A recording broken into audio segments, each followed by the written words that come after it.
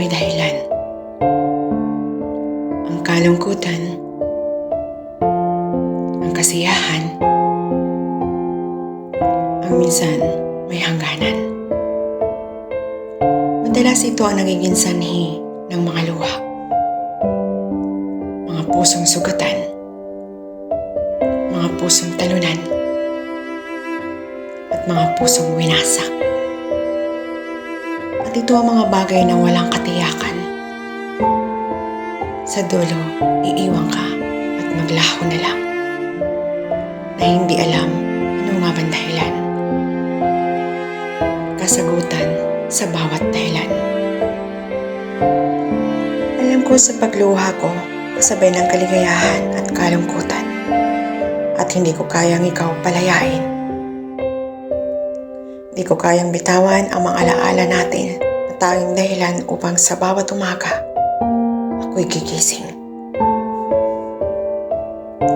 Sa bawat umaga, nagpapaalala sa bawat sandali ng mga alaala. Ngunit mas nanaisin kong bitawan ka na. Na kahit alam kong di ko makakaya. Makakaya ko bang mabuhay na wala ka? Akala ko ang lahat ay may simula at dulo. Ngunit hindi ko akalain pagkatapos ng lahat-lahat, magtatapos na ang ating sinimulan. At magtatapos na ang ating mga kwento. At pati ng nakaraan ang ating kabanata. Alam kong mahirap, ngunit pipilitin ko. Masakit, ngunit kailangan kong gawin.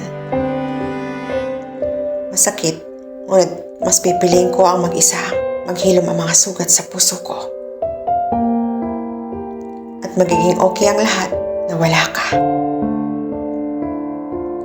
At unting-unting maghihilom ang mga sugat nito. Darating ang sandali ang bawat mga ngiti ko. Di na ikaw ang dahilan. Hanggang sa muli. At sa panibagong simula ng yugto ng ating kwento. Pinapalaya na kita. Malaya ka na.